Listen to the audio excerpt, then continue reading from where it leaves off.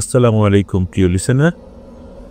Friday special এপিসোডে সকলকে স্বাগত জানাচ্ছি। আশা করি সবাই ভালো আছেন, সুস্থ আছেন। বেশ অনেকদিন পর আমরা ফ্রাইডে স্পেশাল এপিসোড নিয়ে আপনাদের সামনে হাজির হয়েছি। এবার আমরা বেশ কয়েকটি ঘটনা নিয়ে আপনাদের সামনে উপস্থিত হয়েছি। আশা করছি প্রত্যেকটি ঘটনা ইনশাল্লাহ আপনাদের ভালো লাগবে।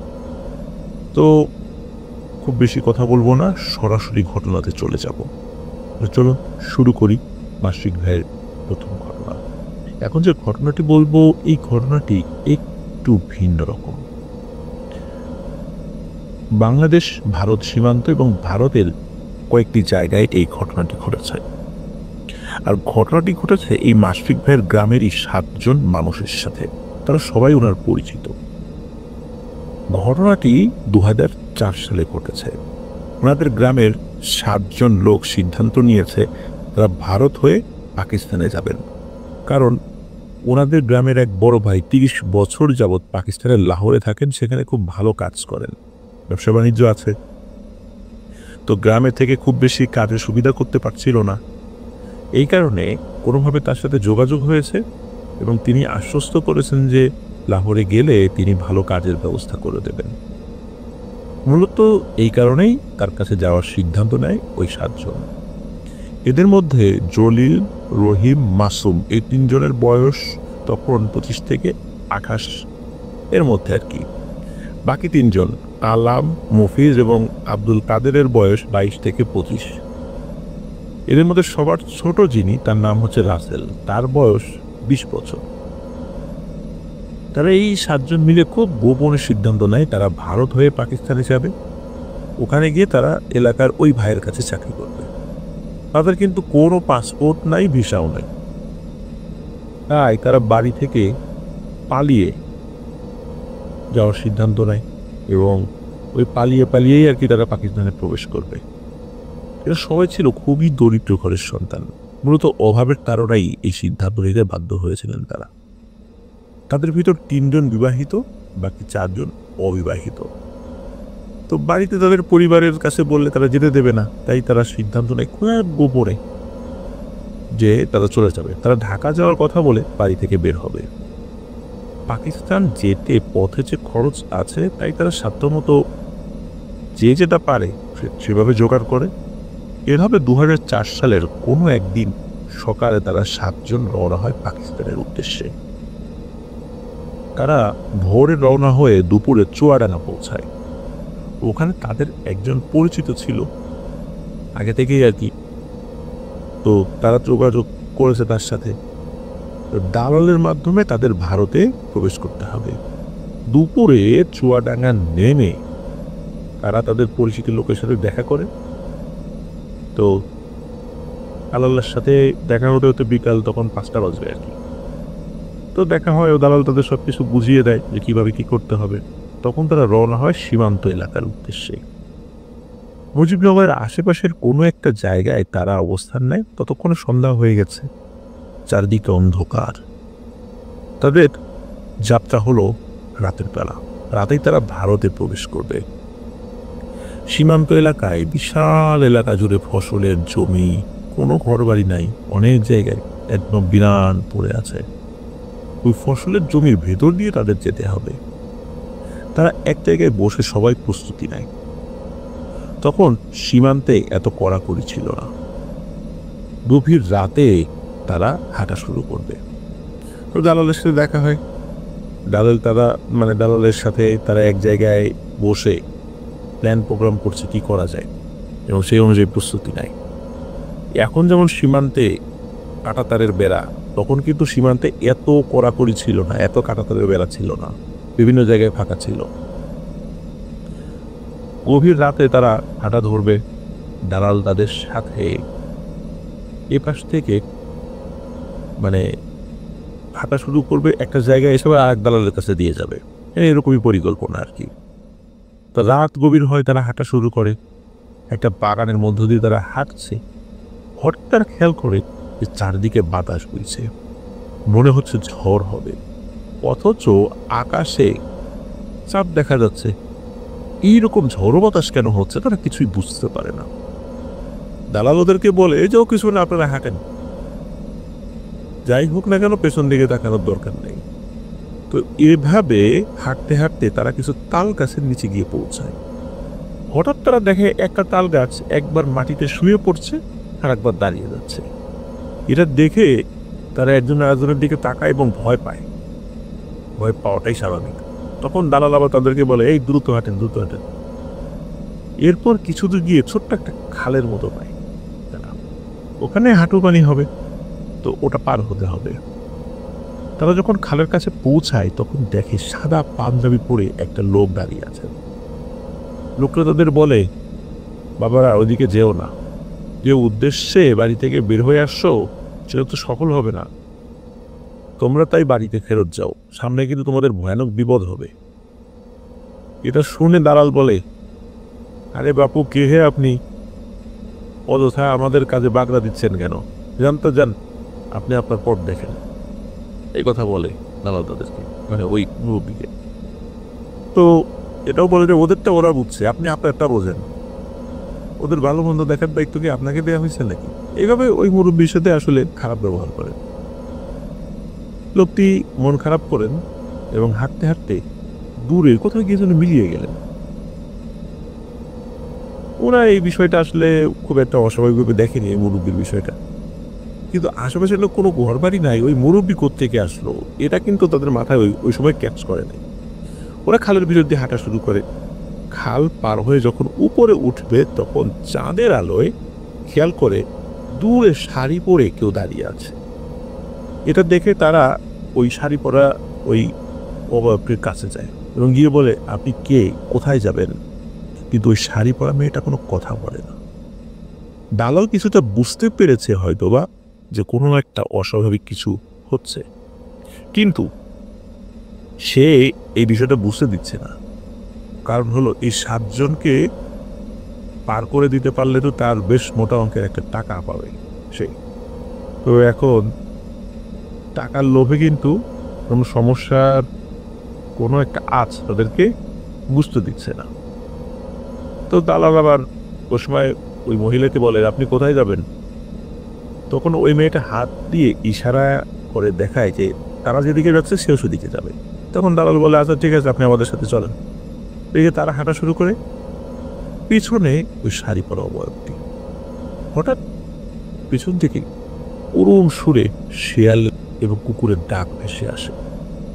দালাল তখন তাদেরকে বলে, আপনারা কেউ পেছন দিকে তাকাবেন না, সোজা হাঁটা শুরু করেন। এভাবে হাঁটতে হাঁটতে অল্প কিছু দূর যাওয়ার পর এই 7 জনের মধ্যে একজন পেছন দিকে তাকায়, দেখে শাড়ি পরা মেয়েটা নাই। তখন বলে, আরে এই মহিলাটা কই গেল? তখন সবাই পেছনে তাকায় যে আসলেই মেয়েটা নেই। তাদের ভিতর ভয় ভীতি আরো বেশি কাজ করতে লাগলো। তারপরও তারা হাঁটছে। এভাবে অনেকক্ষণ হাঁটার পর মুর্শিদাবাদ জেলার কোনো একটা অংশে তারা পৌঁছায় এবং ভোরের দিকে তারা ভারতের মূল ভূখণ্ডে প্রবেশ করে। তখনকার সময়ে তো সীমান্তে এতটা যে কড়াকড়ি এখন আমরা যেভাবে দেখি এতটা কিন্তু ছিল না। তো আগের দালাল ভারতের দালালের কাছে দিয়ে সে তো চলে গেছে, তারা এখন ভারতের দালালের সাথে হাঁটতে থাকে। তখন ওই দালাল বলে যে, আপনারা যেদিক দিয়ে আসছেন ওদিক তো আসলে জায়গা বেশি ভালো না, ভয়টাই পাইছেন নাকি? তখন কেউ কেউ বলে, হ্যাঁ এরকম অস্বাভাবিক কিছু হয়েছে।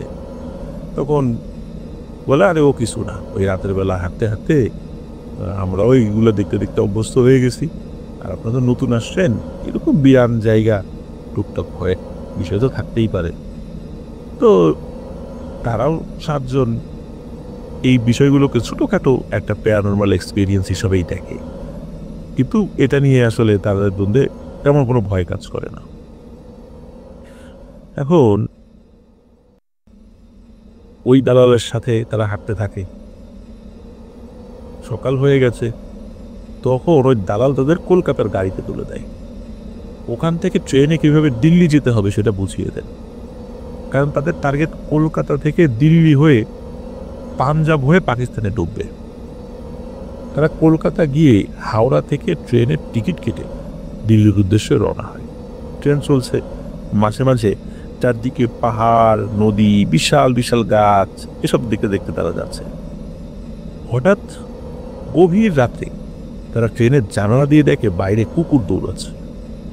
ট্রেনের গতিও যেমন, কুকুরের দৌড়ের গতিও তেমন। ইন্ডিয়ার যে ট্রেনগুলো এগুলো কিন্তু অনেক গতিতে চলে, সেখানে কোনো কুকুর, বিড়াল, কোনো চিতাবাঘের মতো প্রাণীও দৌড়ে আসলে ট্রেনের সাথে কুল পাবে না। কিন্তু ট্রেনের গতির সাথে তাল মিলিয়ে কুকুর দৌড়াচ্ছে, এটা খুবই অদ্ভুত ব্যাপার। এত জোরে কুকুর দৌড়াতে পারে। তো প্রথম যিনি এটা দেখেছেন তিনি আবার অন্য 7 জনকে ডাকেন। রাতের বেলা কেউ কারো ঝিমুনি আসছিল, কেউ কেউ ঘুমাচ্ছিল, ওই 7 জনকে ডেকে করে 7 জনই এটা দেখে। কিছু সময় তাকিয়ে থাকার পরে দেখে কুকুরটা হঠাৎ করে ঘোড়া হয়ে গেছে। এখন ওই কুকুরটা ঘোড়া হয়ে দৌড়াচ্ছে। তারা এটা দেখে ভয় পেয়ে যায়। তখন তারা আশেপাশে খেয়াল করে যে ট্রেনের বাকি যাত্রীরা কিন্তু বাইরে কেউ তাকাচ্ছে না। রাত হয়ে গেছিল, সবাই ঘুমাচ্ছে, বাইরে তাকানোর প্রয়োজনও নাই। মনে হচ্ছে যে এই দৃশ্য শুধু ওই 7 জনই দেখছে, আর কেউ এটা দেখছে না। এর কিছু সময় পর তারা দিল্লিতে চলে আসে। সারা রাত তো ট্রেন জার্নি করেছে। তো ওই রাতের বেলায় তারা যখন ভোরের দিকে আর কি, তারা যখন দিল্লিতে চলে আসছে, তখন দিল্লি পুলিশের হাতে তারা ধরা পড়ে। তাদেরকে যখন জিজ্ঞাসাবাদ করা হয় তখন তারা পাসপোর্ট বিষয়ে কিছুই দেখাতে পারেনি। তখন তাদের 7 জনকে 15 দিনের জেল দেয়া হয়। এই জেলে এক রাত্রে তারা ঘুমিয়ে আছে। হঠাৎ করে একজনের পায়ে পানির ফোঁটা পড়ে। তিনি হচ্ছেন জলিল। তো জলিলের ঘুম ভেঙে যায়। সে অন্ধকারে বা আবছা আলোতে দেখে বিশাল এক মাথাবিহীন অবয়ব তার পায়ের কাছে দাঁড়িয়ে আছে। এটা দেখে সে ভীষণ ভয় পায়, কিন্তু সে নড়াচড়া করতে পারছে না, কাউকে ডাকতে পারছে না। হঠাৎ পাশের একজন ঘুম থেকে উঠে যায় এবং তখন সেই অবয়বটিও হাওয়ায় মিলিয়ে যায়। তখনও কিন্তু জলিল নড়াচড়া করতে পারছিল, যখন ওই অবয়বটি চলে যায় তখন সে নড়াচড়া করতে পারছিল, কিন্তু আগে কিন্তু নড়াচড়া করতে পারছিলেন না তিনি। সে তখন আর কি এই বিষয়টা আর কাউকে বলে না, ঘুমিয়ে যায়। এভাবে 15 দিন জেল খাটার পর পুলিশ তাদের একটা সিস্টেম করে ট্রেনে করে কলকাতা পাঠিয়ে দেয় বাংলাদেশে ফেরত যাওয়ার জন্য। আর এম্বাসির সাথে তারা ওইভাবে যোগাযোগ করেনি, বা ওই সময় কি হয়েছিল এটা তো ওইভাবে বলাটা মুশকিল, কারণ তারা তো ওই রকমের কোনো অপরাধী ছিল না, খুব নেহায়েত খেটে খাওয়া দরিদ্র মানুষ। এই জন্য পুলিশ বিষয়টা আসলে ওইভাবে দেখেনি। তারা যেন চলে যেতে পারে তাদেরকে খুব শাসিয়ে দেওয়া হয়, যেন তাদেরকে আর কোথাও যেন দেখা না যায়। তারাও প্রতিশ্রুতি দেয় যে তারা চলে যাবে। তো ওই যখন কলকাতায় পাঠিয়ে দেয় পুলিশরা বাংলাদেশে ফেরত যাওয়ার জন্য, তাদের কাছে টাকা পয়সা যা ছিল তা প্রায় শেষের পথে। আবার বাংলাদেশি টাকা রুপিতে কনভার্ট করে আরও কমে গেছে। সব মিলায় তাদের কাছে অল্প কিছু টাকা আছে। তো তারা কলকাতায় এসে পৌঁছায়। সেখান থেকে তারা মুর্শিদাবাদের সেই সীমান্ত এলাকায় আসে। কিন্তু তারা সীমান্ত পার করার কোনো দালাল পাচ্ছিল না, কারণ সীমান্ত পার হতে গেলে দালালের মাধ্যম ছাড়া যদি কেউ পার হতে যায় তাহলে কিন্তু বিএসএফ এর হাতে ধরা পড়তে পারে, আর তখন হবে আরো ঝামেলা। তো বিএসএফ এর কাছে তো পুলিশ এসে বুঝিয়ে দিয়ে যায় নাই।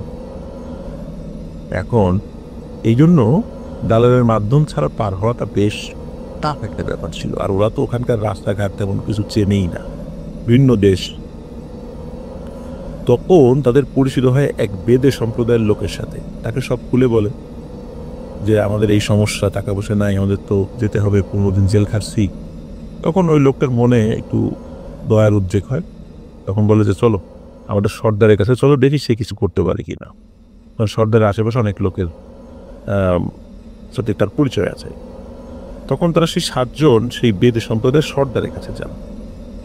এই বেদে সম্প্রদায়ের লোকেরা তারা কিন্তু আসলে ওই সাপের ব্যাপারগুলো আসলে ওইভাবে তারা করে না, তারা মূলত শূকর পালন করে। তো ওখানে গিয়ে বুঝতে পারে এরা মূলত শূকর পালন করে, এইভাবেই তারা চলে।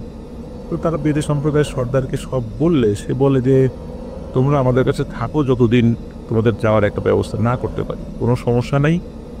তো বেদে সম্প্রদায়ের এই সর্দারের আতিথেয়তা এবং তার আচরণে মুগ্ধ হয় তারা, এবং সেই 7 জনের ধরে যেন প্রাণ ফেরত আসে। কি করবে, কোথায় যাবে, কি খাবে বুঝতে পারছিল না তারা।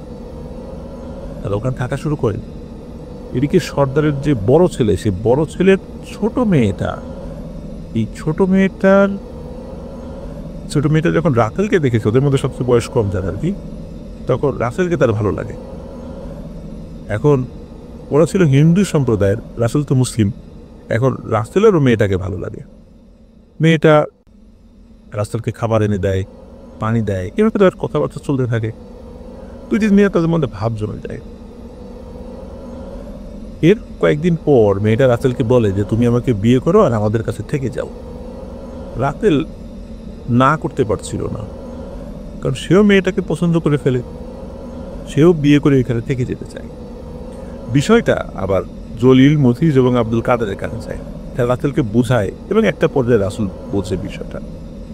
একে তো ভিন্ন ধর্মের, তারপর তাদের সম্প্রদায়, বেদের সম্প্রদায়, এইখানে থাকলে সে তো আর কখনো ফেরত যেতে পারবে না। এরকম কথিত আছে যে বেদের সম্প্রদায়ের কাউকে বিয়ে করলে ওরা এমন একটা কাজ করে রাখে যে ওরা আর নিজের পরিবারের কাছে ফেরত যায় না। এটা কিন্তু সত্য কথা, প্রিয় লিসেনার্স, এটা অনেকেই জানে। আমি একবার প্রথম আলোতে এই রিলেটেড একটা রিপোর্টও পড়েছিলাম। বেদের সম্প্রদায়ের কোনো মেয়েকে বিয়ে করে এক লোক বহুদিন ধরে নিজের পরিবার পরিজন ছেড়ে তাদের সাথেই আছে। যাই হোক, এই বিষয়গুলো মূলত রাসেলকে বোঝানো হয় যে তুমি তো যেতে পারবা না। তো রাসেল বলছে। তো এদের মধ্যে যারা একটু মানে এই 7 জনের মধ্যে একটু ভার বুদ্ধি সম্পন্ন, তারা বলে যে এখানে থাকলে তো রাসেল একটা বিপদে পড়ে যেতে পারে, তো এইভাবে আর থাকা যাবে না।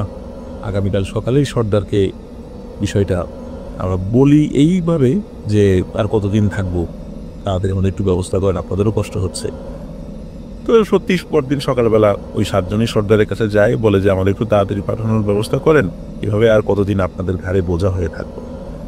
তখন সর্দার বলল আমি একজনকে পেয়েছি, কিন্তু সে আগামীকাল আসবে, সুতরাং তোমরা আজকে থাকো, লোকটা আগামীকাল আসুক, তারপর কথাবার্তা বলি। এদিকে তারা চলে যাবে। সর্দারের বড় ছেলের মেয়েটি এটা শুনে খুব কষ্ট পায়। তো সে তার বাবার কাছে গিয়ে বলে যে সে গলায় দড়ি দেবে যদি রাসেলকে সে না পায়। এখন তার বাবা তাকে আটকায় এবং পরে জানতে চায় আসলে কি হয়েছে। সে রাসেলের সাথে তার সম্পর্কের কথা বলে। এখন এই সর্দার এবং তার মাও তার ইয়েকে বোঝায় আর কি, তার নাতনিকে বোঝায় যে আসলে এটা তো হয় না। কিন্তু সে মেয়ে তো নাছর বান্ধা, সে কিছুতেই তো রাজি না। প্রথমে ওই মেয়েটা নিজের মা বাবাকে বলেছে। এখন তার নানা হচ্ছে সর্দার। মা বাবা যখন দেখলো যে মেয়ের মা বাবা দেখলো যে তাদের মেয়ে কিছুই শুনতেছে, তখন তার মা বাবা মানে তার নানার কাছে বলে যে তোমার নাতনির তো এই অবস্থা। এখন সর্দার তার নাতনিকে বুঝায়, এখন কিছুতেই কিছু হয় না, রাজি হয় না। ওই মেয়েটা বলে যে আমি রাসেলকে বিয়ে করবই। এখন সর্দার বলে আচ্ছা ঠিক আছে, আমি দেখি কি করা যায়, তুই যা চাস তাই হবে। তখন তার নাতনি শান্ত হয়। এখন পরদিন সকাল থেকে রাসেলের আচরণে অদ্ভুত পরিবর্তন। সে আর বাড়িতে যাবে না, ওই মেয়েকে বিয়ে করে এখানেই থেকে যাবে। কোনো কিছুতেই তাকে ওইখান থেকে নিয়ে আসা যাবে না। এখন বাকি 6 জন পড়লো তো মহা সমস্যায়। রাসেলকে রেখে তারা কিভাবে যাবে? এলাকায় গেলে কি জবাব দেবে? রাসেলের মা বাবার কাছে কি জবাব দেবে? ওই দিন রাতে ঘটে আর এক ঘটনা। শুকরের যে পালগুলো রয়েছে রাত্রে তো যেখানে ঘুমায়, গভীর রাতে রাসেল একা সেখানে চলে গিয়েছে এবং শুকরগুলোর দিকে তাকিয়ে আছে এক দৃষ্টিতে। এদের মধ্যে যে আব্দুল কাদের যিনি আছেন, তিনি উঠে যখন ওয়াশরুমে যাবেন, রাতেবেলা তার ওয়াশরুমে যাওয়ার প্রয়োজন হয়েছে, ওয়াশরুমে যাবেন, তখন দেখেন যে রাসেল নাই পাশে। তো সবাইকে ডেকে তুলে রাসেল কুই। তখন ওই 6 জনই বাইরে আসে, রাসেলকে খুঁজতে থাকে। অল্প সময়ের মধ্যেই পেয়ে যায়, গিয়ে দেখে যে রাসেল শুকরের পালের কাছে দাঁড়িয়ে আছে এবং এক দৃষ্টিতে শুকরগুলোর দিকে তাকিয়ে আছে। তখন ওই জলিল যিনি রাসেলের কাঁধে হাত দেয়, তখন রাসেল হুশ ফেরত আসে। রাসেল বলল রাসেল আমি এখানে কিভাবে আসলাম? এদিকে ওই 6 জন কি করে, রাসেলকে ঘরে নিয়ে আসে, বলে তুই ঘুমা।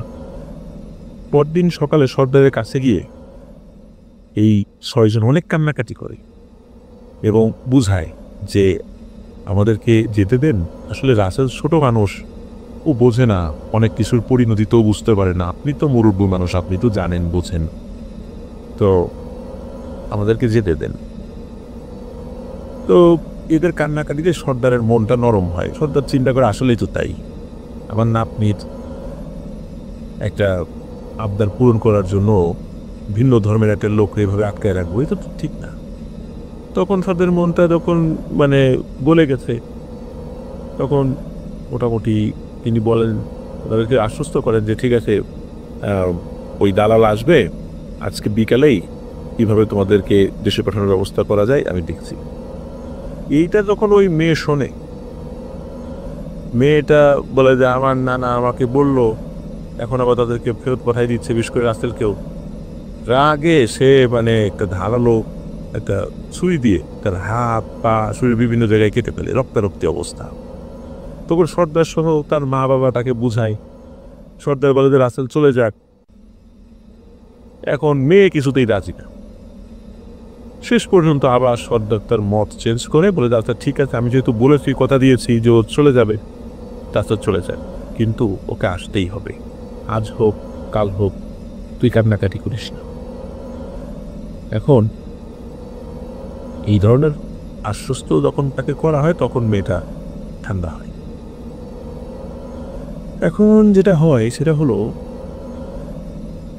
ওই রাসেল যখন ওই মেয়েটার কাছে বিদায় নিতে যায়, তখন মেয়েটা রাসেলকে বলে তুমি তো চলে যাচ্ছ, তোমার স্মৃতি হিসাবে আমাকে একটা জিনিস দিয়ে যাও। রাসেল বলে যে কি দিব, আমার কাছে তো তোমাকে দেওয়ার মতো কিছুই নেই, তোমার এক ফোঁটা রক্ত আমাকে দিয়ে যাও। রাসেল না বুঝে আবেগের বশে এই কাজটি করে ফেলে, এক ফোঁটা রক্ত মেয়েটাকে দিয়ে আসে। আর এটাই ছিল রাসেলের সবচাইতে বড় এবং মারাত্মক একটা ভুল। মূলত সর্দারই তার নাতনিকে বলেছিল যে রাসেলের কাছ থেকে স্বেচ্ছায় এই জিনিসটা নিতে হবে, তুই স্বেচ্ছায় এক ফোঁটা রক্ত রেখে দিবি।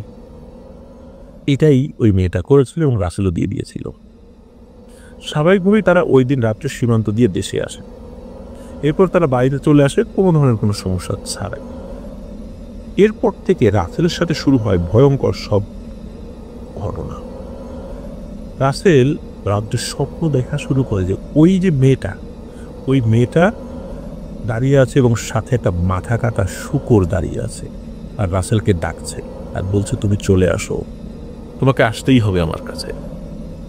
রাসেলের ঘুম ভেঙেছে। তো রাসেল সারাদিন ওই মেয়েকে ছাড়া কিছুই ভাবতে পারত না। সে সবসময় ওই মেয়েকে স্বপ্ন দেখে এবং বাস্তবেও দেখা শুরু করে। দিন দিন রাসেলের শরীর শুকিয়ে যেতে শুরু করে। রাসেলের মা বাবা চিন্তিত হয়ে পড়ে, রাসেলের হলোটা কি, হঠাৎ এমন হয়ে যাচ্ছে কেন? রাসেলকে ডাক্তার দেখানো হয়, কিন্তু কোনো কাজ হচ্ছিল না। একদিন রাসেল রাত্রে ওয়াশরুমে যাবে বলে বের হয়েছে। সে ওয়াশরুমের পাশে দেখে ওই মেয়েটি মাথা কাটা একটা শূকর নিয়ে দাঁড়িয়ে আছে। এটা দেখে রাসেল চিৎকার দিয়ে অজ্ঞান হয়ে পড়ে যায়। রাসেলের চিৎকার শুনে রাসেলের মা বাবা বের হয়ে আসে, দেখে রাসেল পড়ে আছে। পরে তাকে ঘরে নেয়। সকালে তার হুঁশ ফেরে। তখন তার মা বাবা যখন জিজ্ঞেস করে কি হয়েছে, তখন পুরো ঘটনা তাদের খুলে বলে। রাসেলের মা বাবা সব শুনে বুঝতে পারে যে রাসেলের বড় একটা বিপদ হয়েছে, এবং রাসেলের সাথে আরও যে 6 জন ছিল তাদের সাথেও কথা বলে। তাদের সবিস্তরে বর্ণনা শুনে এটাও বুঝতে পারে যে রাসেল বড় ধরনের একটা কালো জাদুর শিকার হয়েছে। তখন তারা ভালো হুজুর কবিরাজ দেখানো শুরু করে, কিন্তু কিছুতে কিছু হচ্ছে না। রাসেলের অবস্থা দিন দিন খারাপ হতে শুরু করে। তো একটা সময় রাসেল বিছানায় পড়ে যায়। এরপর থেকে তার ঘরের ভেতরে সে দেখা শুরু করতো মেয়েটাকে। ওই মেয়েটা মাথা কাটা একটা শূকর নিয়ে দাঁড়িয়ে আছে, আর রাসেলকে বলছে চলে আয়, আমার কাছে চলে আয়, আমি তোর অপেক্ষায় আছি। এরপর একটা বিকট হাসি দিয়ে এই মাথা কাটা শূকর এবং ওই মেয়েটির অবয়ব হাওয়ায় মিলিয়ে যায়, এবং যেতে যেতে বলে তুই না আসলে তোকে কঠিন পরিণতি ভোগ করতে হবে। পরের দিন রাত্রে রাসেল স্বপ্নে দেখে যে একটা বিশাল মাঠে এসে দাঁড়িয়ে আছে, আর মাথা কাটা একটা শূকর তার চারপাশ দিয়ে ঘুরছে, কিন্তু তার কাছে আসছে না। ওই স্বপ্নে ওই মেয়েটি ছিল না। হঠাৎ মাথাবিহীন ওই শূকরটা বলে ওঠে, তোকে 7 দিন সময় দিলাম, তুই ওই মেয়ের কাছে চলে আসবি, যদি না আসিস তাহলে এই দেখছিস না আমার মাথা নাই, তোর মাথাটাও কিন্তু থাকবে না। এইটা দেখার পর চিৎকার দিয়ে রাসেল ঘুম থেকে জেগে যায়। এদিকে তার মা বাবা চলে আসে, কি হয়েছে। যখন রাসেল তার স্বপ্নের কথা বলে, মা বাবা আরও চিন্তিত হয়ে পড়ে যে কোনো কাজই তো হচ্ছে না। কোনো মা বাবার সন্তানের করুণ পরিণতি কিন্তু মেনে নিতে পারে না। এই ঘটনার 2 দিন পর তার একটা ভালো হুজুরের সন্ধান পান। রাসেলকে দ্রুত সেখানে নিয়ে যান। হুজুর রাসেলকে দেখি বলে, হা, কত নিষ্ঠুর এবং অমানবিক কাজ ওর উপর করা হয়েছে। তখন হুজুরকে যখন আরও সব খুলে বলা হয়, তখন হুজুর সব শুনে বলে যে আমি একে দেখেই বুঝতে পেরেছিলাম ওর সাথে ভয়ানক খারাপ কিছু হয়েছে, এবং যখন আমি ওকে দেখেছি তখন দেখি দূরে মাথাবিহীন একটা প্রকাণ্ড শূকর দাঁড়িয়ে আছে। এটা আপনারা দেখতে পাননি, কিন্তু আমি দেখেছি। হুজুর বলে আজ রাত্রের চিকিৎসা করব। এসার নামাজের পর হুজুর সবাইকে বলে যে গভীর রাত্রে চিকিৎসা করব, তখন আপনারা কেউ বাইরে বের হবেন না। হুজুর মূলত গিয়েছিলেন তার বাড়িতে, তো হুজুর ডাকলে বের হবেন। রাত গভীর হয়, হুজুর চিকিৎসা শুরু করেন। বাইরে তখন ঝড় বাতাসের শব্দ শুরু হয়ে যায়, আর ভেতর থেকে সবাই অসংখ্য শূকর ঘোত ঘোত শব্দ করলে, প্রচণ্ড জোরে শূকর শব্দ করলে কেমন শব্দ শোনা যায় আপনারা কিন্তু জানেন, ওই ধরনের শব্দ শুরু হয়ে যায়। তো জানালার ফাঁকা দিয়ে বেশ কয়েকজন, মানে বাড়ির বেশ কয়েকজন, তারা দেখছে যে কি হচ্ছে। তখন দেখে যে হুজুরের সামনে মাথা কাটা একটা শূকর দাঁড়িয়ে আছে। এটা সকলে দেখেছিল জানালার ফাঁকা দিয়ে, যদিও হুজুর দেখতে নিষেধ করেছিলেন, কিন্তু তারা আগ্রহী হয়ে দেখেছিলেন। ওই পশুটাই ভয়ানক আর্তনাদ করছে। এরপর মনে হচ্ছে ধূপ ধাপ শব্দ উঠানে, তাকে আশ্রানো হচ্ছে বা এরকম কিছু একটা। কিছু সময় পরে বাড়ির লোকজন দেখে আগুনে কি যেন পোড়ানো হচ্ছে। এরপর সব কিছু নীরব হয়ে যায়। পরে হুজুর সবাইকে বাইরে আসতে বলেন। তখন হুজুর সবাইকে অবাক করে দিয়ে কিছু কথা বলেন ওই বেদের সর্দার তার পালের সবচাইতে শক্তিশালী এবং বড় শূকরের মাথা দিয়ে এবং শূকরের রক্ত দিয়ে একটি ব্ল্যাক ম্যাজিক করা হয়েছে, এবং এই ব্ল্যাক ম্যাজিকে রাসেলের স্বেচ্ছায় দেয়া 1 ফোঁটা রক্ত এবং ওই মেয়ের 1 ফোঁটা রক্ত দিয়ে কালো জাদুটা পরিপক্ক করা হয়েছে, যাতে রাসেল ওই মেয়ের কাছে দ্রুত চলে আসে। রাসেল আসার সময় নিজেই ইচ্ছাকৃতভাবে ওই মেয়েকে 1 ফোঁটা রক্ত দিয়ে এসেছিল। এটাই ছিল মূলত সর্দারের প্ল্যান। এর জন্য ভয়ানক এক পিশাচকে রাসেলের পেছনে লাগিয়ে দেওয়া হয়েছে। মূলত ওই পিশাচ ওই মেয়ের রূপ ধরে এবং শূকরের রূপ ধরে তার কাছে আসতো। ওই পিশাচ মাথাবিহীন শূকরের বেশে সবসময় রাসেলকে দেখা দিত এবং ভয় দিত। সাথে আরেকটি পিশাচ আসতো ওই মেয়ের অবয়বে। ওই সর্দার এমন ধরনের কালো জাদু করেছে, যদি রাসেল ওই মেয়ের কাছে ফিরে না যায় তাহলে রাসেল তিলে তিলে মারা যাবে। হুজুর বলেন যে আমি আমার সবটা দিয়ে চেষ্টা করেছি ওই ভয়ঙ্কর পিশাচকে থামানোর জন্য, কিন্তু সে কোনো কিছুতেই যাবে না, কারণ সে প্রতিজ্ঞাবদ্ধ যে কোনো মূল্যে রাসেলকে ফিরিয়ে নিয়ে যাবে। সে যখন কোনো কিছুতেই যাবে না, বাধ্য হয়ে তাকে আমি মেরে আগুনে পুড়িয়ে দিয়েছি। এখন আর কোনো সমস্যা নেই, আমি ঝাড়ফুঁক করে দিচ্ছি, পানি পড়া দিয়ে দিচ্ছি, ইনশাল্লাহ কোনো সমস্যা হবে না। এরপর সবাই হুজুরকে ধন্যবাদ জানান।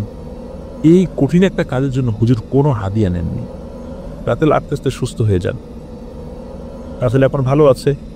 আজ 7 জন, টোটাল 7 জন রাসেল সহ প্রত্যেকেই ভালো আছে, সুস্থ আছে এখন পর্যন্ত। কিন্তু সেই দিনগুলোর কথা মনে পড়লে এখনও রাসেলের ভয়ে শরীর কাঁপাকাঁপি শুরু হয়ে যায়। এই মেয়েটির নাম রাসেল বলেছিল, যেই মেয়েটি ওই বেদের সর্দারের নাতনি ছিল। এই মেয়েটির নাম ছিল মনীষা। প্রিয় লিসেনার্স, এটি ছিল প্রথম ঘটনা। প্রিয় লিসেনার্স, এখন যে ঘটনাটি আমি আপনাদের সাথে শেয়ার করতে যাচ্ছি, এই ঘটনাটি আমাদেরকে যিনি পাঠিয়েছেন তিনি কিন্তু এর আগেও আমাদেরকে ঘটনা পাঠিয়েছিলেন। ওনার নাম মোহাম্মদ কাউসার আহমেদ জীবন, গ্রাম ছয়ঘরিয়া, পোস্ট সদর ইছাপুরা, থানা বুড়িচং, জেলা কুমিল্লা। ছোট্ট একটি ভুলের কারণে কিভাবে পুরো একটি পরিবার প্রতিনিয়ত সাফার করে যাচ্ছেন দীর্ঘ সময় ধরে, আমরা এই ঘটনার মাধ্যমে সেটা জানতে পারবো ইনশাল্লাহ। তো চলুন শুরু করি ঘটনাটি। তো এই যে ঘটনাটি, এটি ঘটেছিল এই জীবন ভাইয়ের আপন চাচাতো মামার পরিবারের সাথে, এবং এই ঘটনার কিছুটা সাক্ষী উনি নিজেও। আর এইটার যে বিস্তারিত বিবরণ সেটি ওনার মামাতো ভাই রবিনের কাছ থেকে সংগ্রহ করেছেন, যে কিনা ভুক্তভোগী এবং এই পরিবারেরই একজন সদস্য। বর্তমানে তিনি দেশের বাইরে আছেন। তো ঘটনাটি একটি দুঃখজনক ঘটনা। আর দুঃখজনক এই কারণে, কারণ কেউ তার পৈতৃক ভিটা ছেড়ে বাইরে সরে থাকবে আর সেই পৈতৃক ভিটা বিরান হয়ে পড়ে থাকবে, এটি নিশ্চয়ই কেউ চান না, তাই না? তো এই বিষয়ের যেই বিবরণ সেটা ওই এলাকার অনেকেই জানেন। তো কুমিল্লা জেলা সদর আদর্শ থানার একটি গ্রামে, তো শুধু গ্রামের নামটা বলতে নিষেধ করেছেন, কিন্তু অন্যান্য যে ছবিগুলো, সেই ছবিগুলো কিন্তু সেগুলো পাঠিয়েছেন এবং সেটা আমরা আপলোডও করেছি, যেটা দেখলে আপনারা বুঝতে পারবেন, বিশেষ করে ওই এলাকার যারা আছেন আর কি। তো ওনার মামাতো ভাই রবিনের বাবা এবং তার পরিবার, তারাই মূলত 2002 সাল থেকে এই সমস্যা ফেস করে যাচ্ছেন। তো রবিনের বাবা, তার নাম হচ্ছে মোহাম্মদ খোরশেদ আলম, তিনি পেশায় একজন ব্যাংকার ছিলেন। তো ঘটনার সূত্রপাতের আগে থেকেই পেশাগত কারণে তিনি ঢাকায় থাকতেন, আর পরিবারের সবাই থাকতো কুমিল্লায় গ্রামের বাড়িতে। যেহেতু তার ফ্যামিলি গ্রামে থাকতো, তাই প্রতি মাসেই তিনি ছুটিতে 2 থেকে 3 বার ঢাকা থেকে গ্রামের বাড়ি আসতেন। ঢাকা থেকে তার বাড়ির যাতায়াত ব্যবস্থা অনেক ভালো ছিল। ছুটি কাটিয়ে আবার তিনি ঢাকায় চলে যেতেন।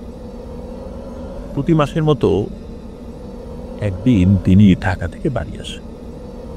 তো বাড়িতে আসতেই রাত 10টা বেজে যায়। তখন ছিল আবার বর্ষাকাল। বাড়িতে এসেই দেখেন ইলেকট্রিসিটি নেই। তিনি জানতে পারেন যে প্রথমত ওই দিন যে বিদ্যুৎ থাকবে না, এটা বিদ্যুৎ বিভাগ থেকে আগে থেকেই জানিয়ে দেওয়া হয়েছিল, লাইন মেরামতের কাজ করবে তারা। আর তারপর ঝড় বৃষ্টির কারণে বিদ্যুতের লাইনের উপর গাছ পড়ে বিদ্যুৎ এমনিতেও নেই।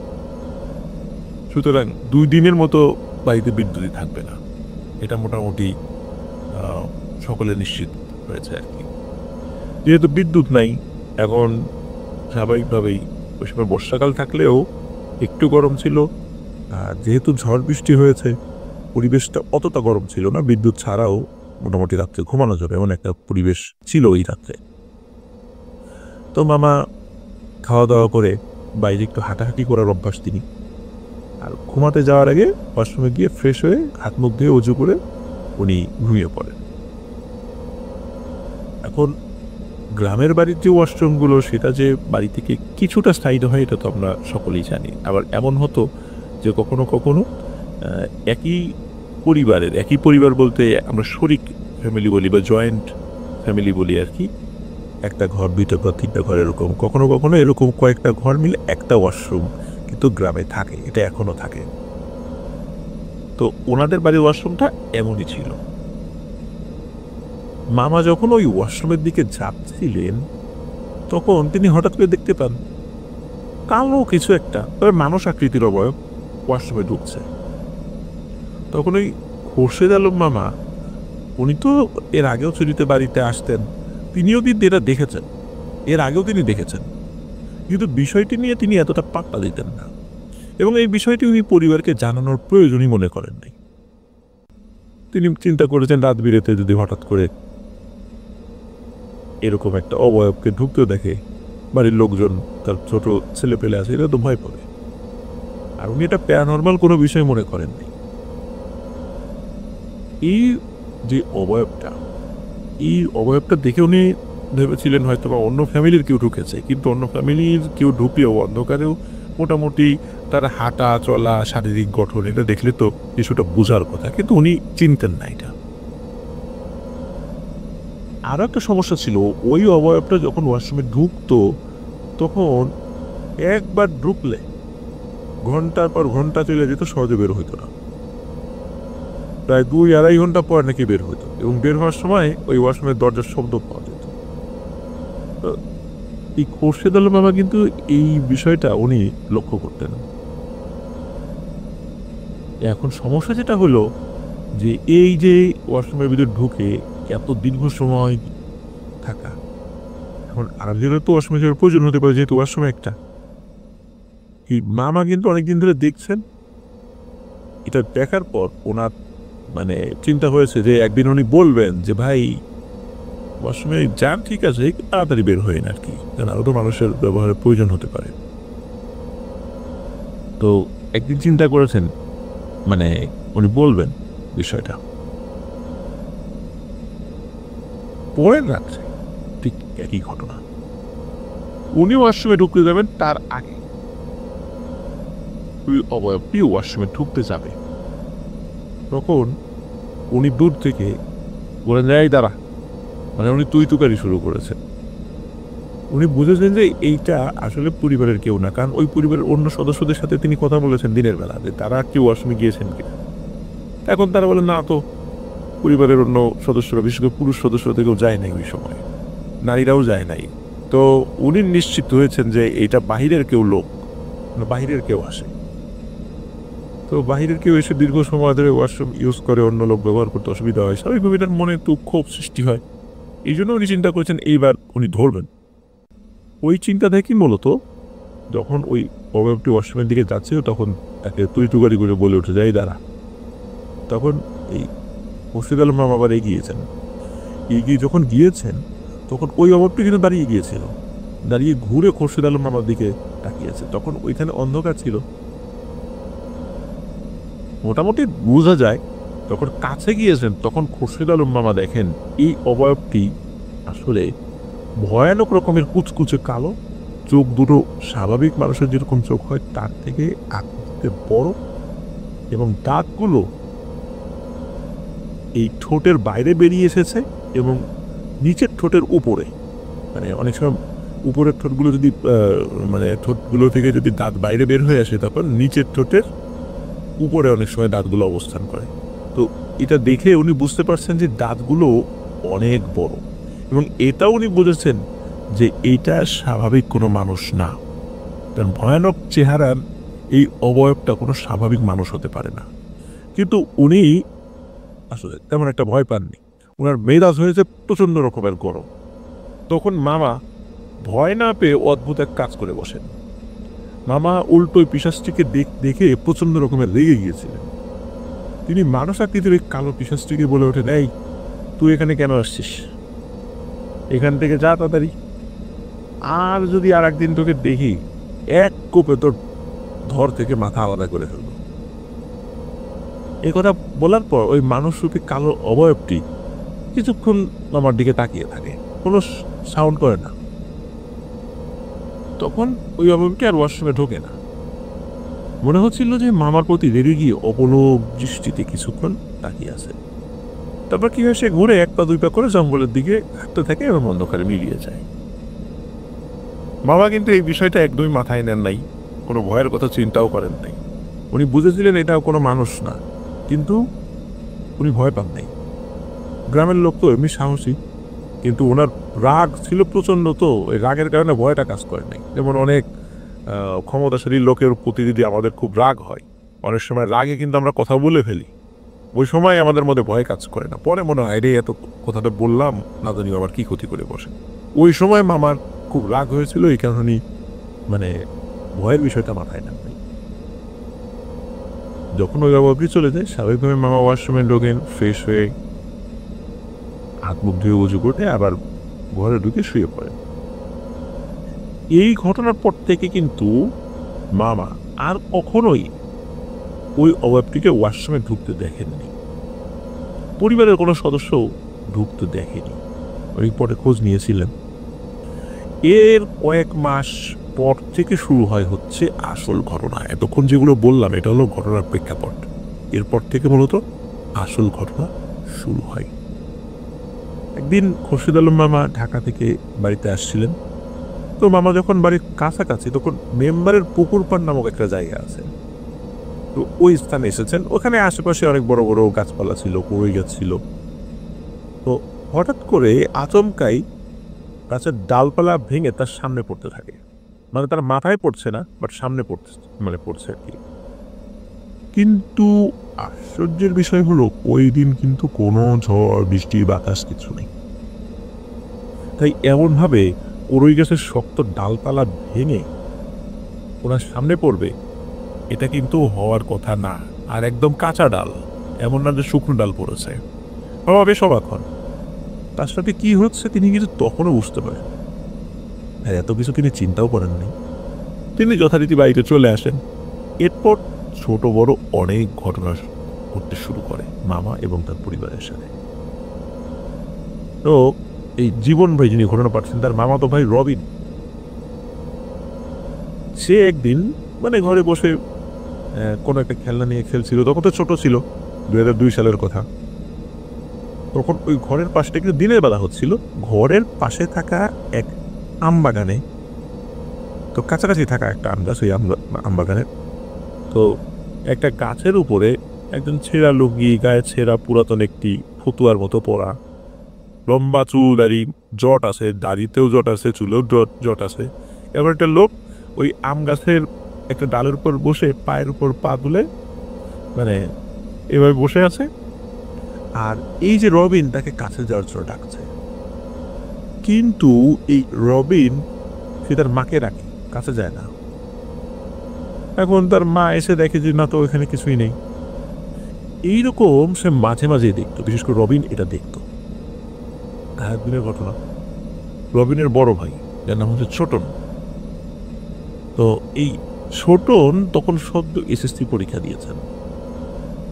তো ওই সময় কিন্তু এসএসসি পরীক্ষা দেওয়ার পরে কিন্তু প্রায় 3 মাসের মতো একটা গ্যাপ থাকতো। আর ওই সময় অনেকেই বিভিন্ন জায়গায় বেড়াতে যেত, কেউ তাবলিগে যেত, এরকম কিন্তু এইভাবে ছুটিটা কাটাতো।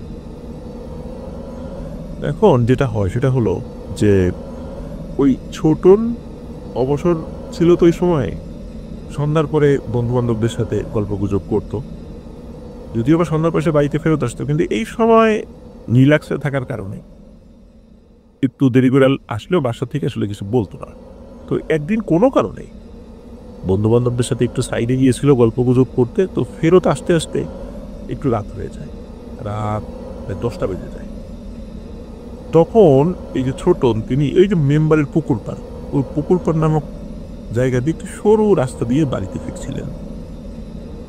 তখন হাঁটতে হাঁটতে পুকুর পাড়ে আসে, তখন পেছন থেকে তার গায়ে একটা ঢিল এসে পড়ে। তিনি চারদিকে ঘুরে তাকিয়ে দেখেন যে না, কেউ নেই।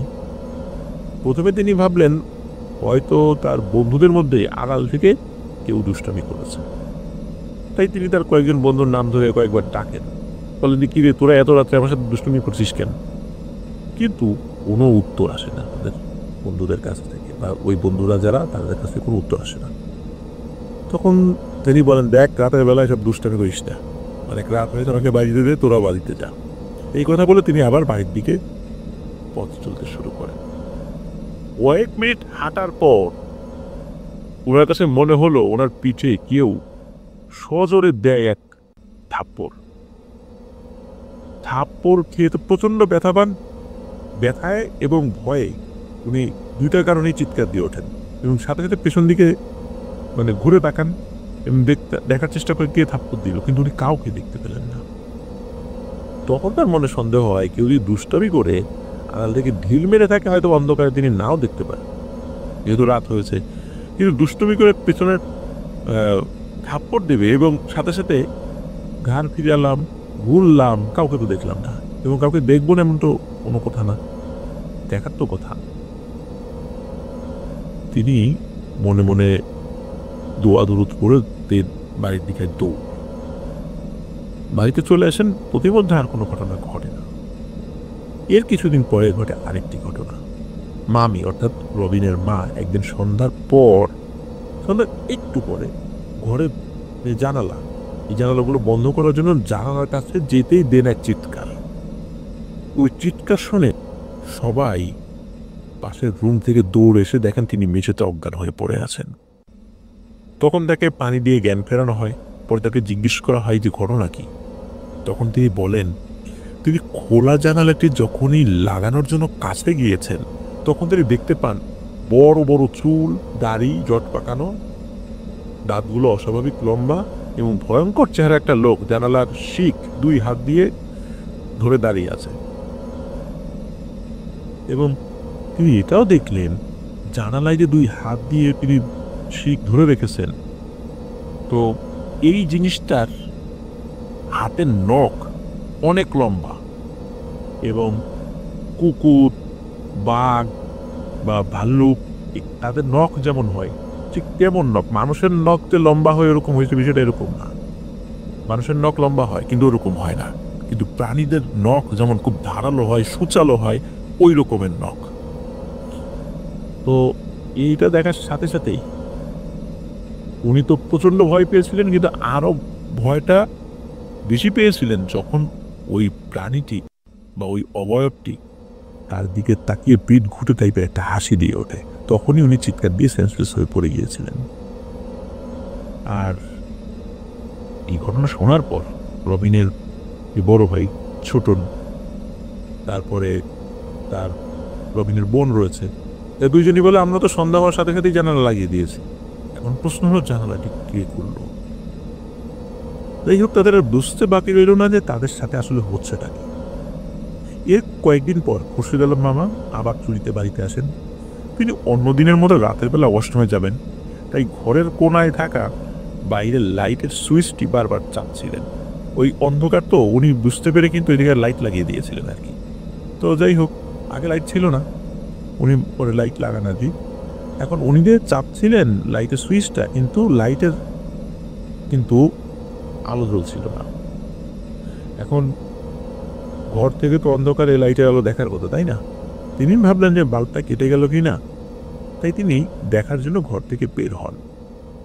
যেই না তিনি ঘর থেকে নামবেন তখন তিনি দেখলেন ছোট কালো কুচকুচে একটা বাচ্চা ঘরের সীমানায় থাকা দেয়ালের উপর দাঁড়িয়ে আছে। মামা প্রথমে ভাবলেন কারো ঘরের বাচ্চা কিনা এটা, তাই তিনি বাচ্চাটিকে উদ্দেশ্য করে ডাক দিলেন এবং বললেন, এই বাবু, কে তুমি? এত রাত হয়েছে, যাও ঘরে যাও। মামা এই কথা বলার পর ওই বাচ্চাটি কোনো কথার উত্তর না দিয়ে বিভৎস এক হাসি দিয়ে দেয়ালের উপর দিয়ে দৌড়াতে থাকে। যখন দেয়ালের উপর দিয়ে দৌড় দেয় তখন মামা দেখেন মামা এতক্ষণ যাকে বাচ্চা মনে করেছিল সেটি আসলে বাচ্চা নাই এখন আর। ওই বাচ্চাটি প্রতিটা কদম ফেলছে আর একটু একটু করে লম্বা হচ্ছে। এভাবে দৌড়াতে দৌড়াতে 10 থেকে 12 ফুট উচ্চতার একটা মানুষের রূপ নিল এই বাচ্চাটি এবং আম বাগানের দিকে দৌড়ে চলে গেল। তখন মামা লাইটটি দেখার জন্য বাইরে গেলেন। তিনি গিয়ে অবাক হয়ে যান। তিনি দেখেন ওই বাল্বটি অক্ষত অবস্থায় মাটিতে পড়ে আছে।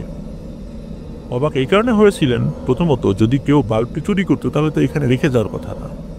দ্বিতীয়ত তিনি যদি কোনো দেখলেন যে কোনো কারণে বাল্বটি যদি মাটিতে পড়ে যেত তাহলে তো এটা ভেঙে গুঁড়ো গুঁড়ো হয়ে যাওয়ার কথা, বেশ শক্ত জায়গায় এটা পড়েছে।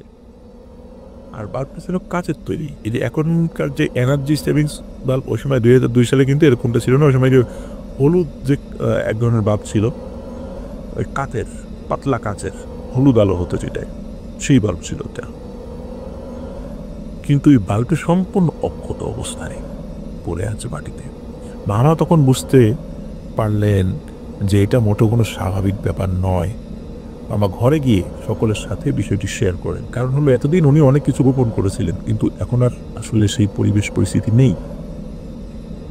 এভাবে কয়েকদিন কেটে যায়। এরপর শুরু হয় আরেক সমস্যা। এই সমস্যাটা প্রচণ্ড রকমের বিরক্তিকর একটা সমস্যা।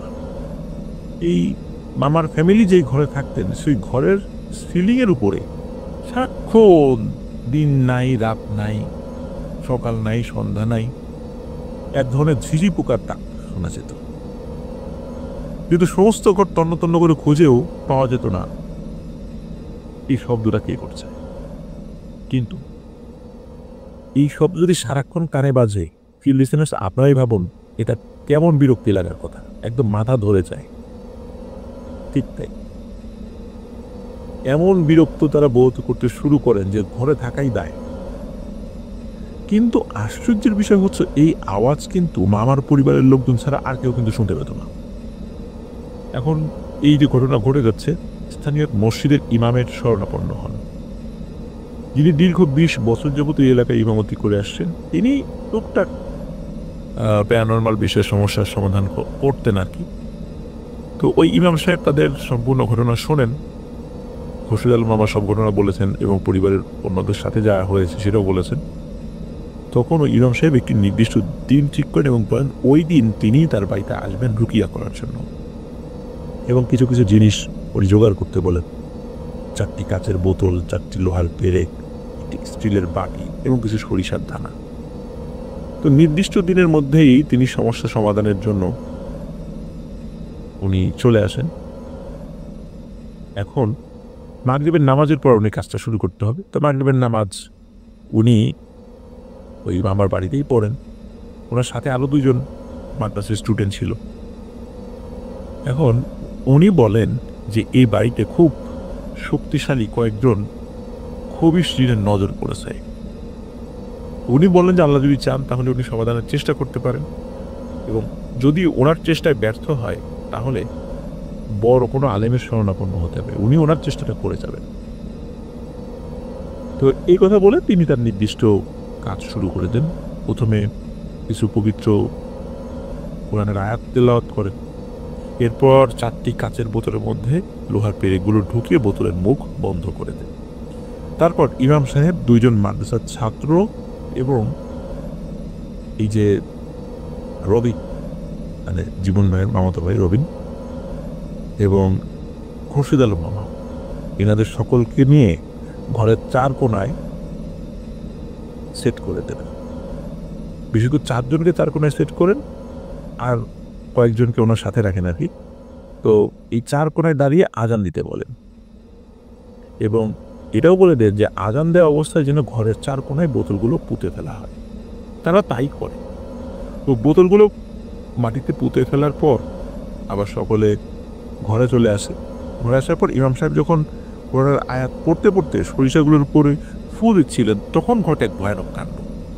উপস্থিত সবাই দেখেন যে হঠাৎ করে মনে হচ্ছে ইমাম সাহেবের নিঃশ্বাস বন্ধ হয়ে যাচ্ছে। তিনি খাটের উপর বসা অবস্থা থেকে হঠাৎ করে ছিটকে বিছানা থেকে নিচে পড়ে যান।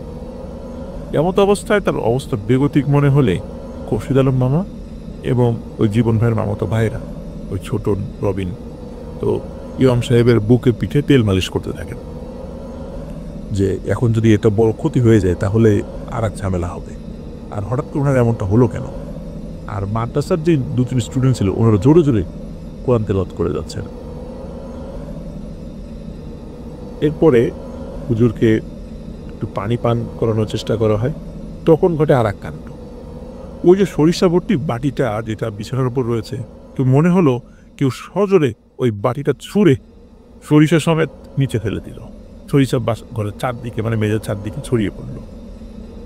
এই দৃশ্য দেখে সকলেই ভয় পান। বেশ কিছুক্ষণ পর ইমাম সাহেব স্বাভাবিক হন এবং তিনি বলেন, এখানে সত্যি যে ভয়ঙ্কর এবং শক্তিশালী জিন রয়েছে, আমার কাছেও জিন রয়েছে যারা এখানে উপস্থিত ছিল, কিন্তু আমার জিনেদের কাছে আসলে ওদের ক্ষমতা তুলনা করার মতো না, ওদের ক্ষমতা অনেক বেশি। আর ওই পিশাচ জিনদের সাথে আমার এই ভালো নেককার জিনদের লড়াই করার সামর্থ্য এখনো হয়নি, কারণ ওদের জাদুবিদ্যা অনেক বেশি। আমার জিনেরা কোনো জাদুবিদ্যা জানে না, ওরা নেককার জিন। তো ওদের লড়াই করার ক্ষমতা আসলে নেই, বিশেষ করে এদের সাথে। আর যদি এখন আমি কিছু করতে যাই তাহলে ওই পিশাচ জিনেরা আমার জিন এবং আমাদের সকলের বড় ধরনের ক্ষতি করে বসবে। ওরা শুধু সতর্ক করেছে আমরা যেন এখান থেকে চলে যাই। এই কথা বলে ইমাম সাহেব ওখান থেকে বিদায় নেন। পরে তাকে খুরশিদ আলম মামা আবার বাসায় নিয়ে আসেন, কিন্তু উনি আসলে এসে কোনো কিছু করতে রাজি হন নাই। উনি জাস্ট আসলেন, দেখলেন, চলে গেলেন, কিন্তু কিছু করতে রাজি হন নাই। তো উনি তো পরে এসেছিলেন মূলত একটা বিষয় দেখার জন্য। যে বিষয়টা দেখার জন্য এসেছিলেন সেটা হলো যে পরদিন সকালবেলা যখন এই যে মামাতো ভাই রবিন সে যখন দাঁত ব্রাশ করতে করতে বাইরে গিয়েছে, সে দেখে এক অদ্ভুত ঘটনা। গত কাল মাগরিবের নামাজের পরে যেই বোতলগুলো মাটিতে পুঁতে দেওয়া হয়েছিল ওই জায়গাটা গর্ত করা এবং ওখানে কোনো বোতল নাই। মনে হচ্ছে এটা কেউ খুঁড়ে নিয়ে গেছে, মানে মাটি খুঁড়ে এগুলো নিয়ে গেছে। তো রবিন এই দৃশ্য দেখে মূলত দৌড়ে ঘরে যান, সকলকে বলেন। তখন মামা ইমাম সাহেবকে নিয়ে আসেন। তখন ইমাম সাহেব আসেন, দেখেন, কিন্তু কাজ করতে অসম্মতি জানান এবং বড় ধরনের ক্ষতির সম্ভাবনা বলেন, যে তার ক্ষতি হওয়ার সম্ভাবনা আছে। তিনি বলেন যে আপনি ভালো কোনো হুজুর বা যারা মানে কবিরাজ রয়েছে এ বিষয়ে যারা ট্রিটমেন্ট করে, যারা এইটা নিয়েই থাকে, তাদের শরণাপন্ন হন। এরপরে উনি ভালো একজন আলেমের সাথে দেখা করেন। সেই আলেমে একই কথা বলেন, কিন্তু উনি এক্সট্রা আর একটা কথা বলেন। সেটা হলো যে এই বাড়িতে তো খবির জিন্নের নজর পড়েছে, এটা সত্য, কিন্তু সমস্যার শুরুটা হলো কেন?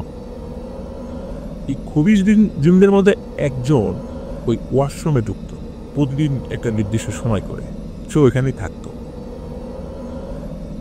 এই দিনটাকে এই খোরশেদ আলম মামা বাধা দিয়েছিল ঢুকতে এবং তার সাথে খারাপ ব্যবহার করেছে। এই কারণে মূলত ওরা খুব ক্ষিপ্ত হয়ে যায়, কারণ এতদিন কিন্তু ওয়াশরুমে আসা যাওয়া করেছে বা আশেপাশে রয়েছে, কাউকে কিন্তু সেভাবে ভয় দেখায়নি।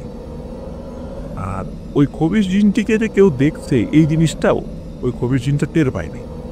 কিন্তু যখন তার সাথে খারাপ আচরণ করে, তখন ওই জিনটি কিছু সময়ের জন্য স্তব্ধ হয়ে যায়। কি ব্যাপার, আমাকে সে দেখলো কিভাবে? সে ওই সময় কিছু বলে নাই। সে যখন তার সম্প্রদায়ের সাথে আলোচনা করে যে আমার সাথে এরকম খারাপ ব্যবহার করেছে, তখনই ওরা ডিসিশন নেয় যে এত বড় সাহস, ওদেরকে কোনো ক্ষতি টতি করলাম না, ভয় দেখালাম না, আর এরকম খারাপ ব্যবহার করলো, মাথা কেটে ফেলার হুমকি দিল, দাঁড়া দেখি তোরা এই বাড়িতে কিভাবে থাকিস। এই কারণেই মূলত এরা উৎপাত শুরু করে। এখন এই উৎপাত যেহেতু শুরু হয়ে গেছে এবং এই হুজুর যে পরামর্শ দেন যে আপনারা এই বাড়িটা ছেড়ে আপাতত দূরে থাকা শুরু করেন, এবং এই কারণেই এই খুরশেদ আলম মামা পরিবার সহ ঢাকায় চলে যাওয়ার সিদ্ধান্ত নেন। এবং কিছুদিনের মধ্যে তারা ঢাকা চলেও যান। ঢাকাতে গিয়েও তাদের সমস্যা পুরোপুরি সমাধান হয়নি, কিছু কিছু সমস্যা হতো।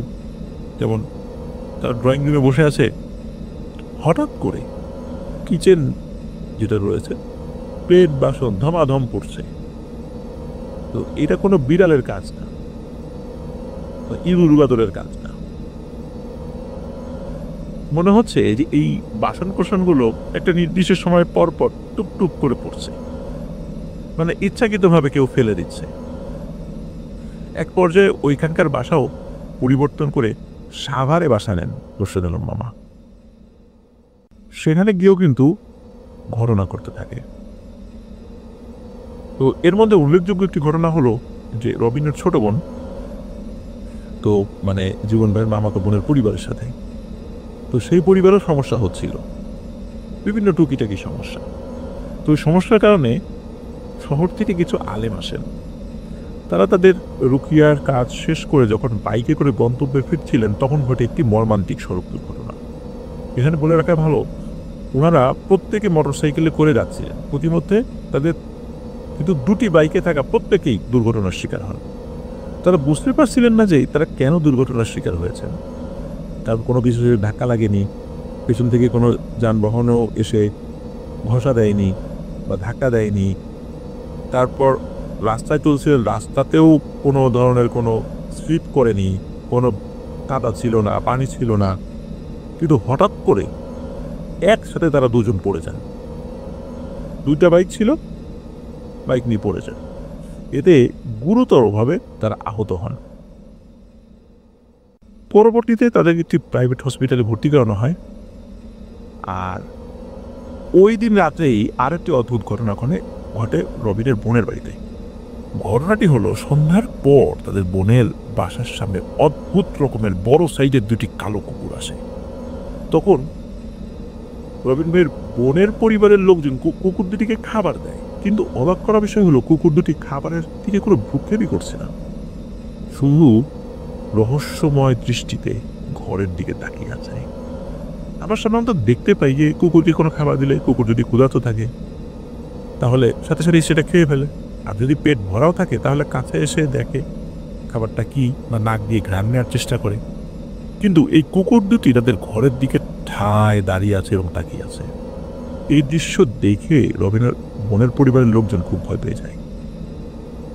তারা দরজা জানলা বন্ধ করে যে যার মধ্যে দোয়া দ্রুত এবং আয়াতুল কুরসি পরে ঘরে অবস্থান করেন। ওই দুই কুকুরের হঠাৎ এমনভাবে আবির্ভাবের কারণ তারা কিন্তু জানতে পারেননি। খুরশেদ আলম মামার পরিবারের লোকজন এখনও কিন্তু সমস্যায় ভুগছেন। তারা বহু কবিরাজ হুজুর দেখিয়েছেন, কিন্তু সমস্যার সমাধান হয়নি। এখনও তারা এই প্রবলেমটা ফেস করেই চলছেন। তো এটি ছিল কাউসার আহমেদ জীবন ভাইয়ের মামা খুরশেদ আলম তার এবং তার পরিবারের সাথে ঘটে যাওয়া চলমান ঘটনা, যেটা 2002 সাল থেকে শুরু হয়েছিল। আমরা দোয়া করি আল্লাহ তাআলা তাদের এই সমস্যা থেকে মুক্তিদান করুন, এই খবিশ জিনের খপ্পর থেকে আল্লাহ তাআলা তাদেরকে হেফাজত করুন। প্রিয় লিসেনার্স, আপনারা দোয়া করবেন যে এই ধরনের সমস্যা যেন আর কারো সাথে না ঘটে। প্রিয় লিসেনার্স, আশা করছি এই ঘটনাটি আপনাদের ভালো লেগেছে। আর ভালো লাগবে এখনও যারা আমাদের চ্যানেল সাবস্ক্রাইব করেননি দ্রুত সাবস্ক্রাইব করে ফেলুন।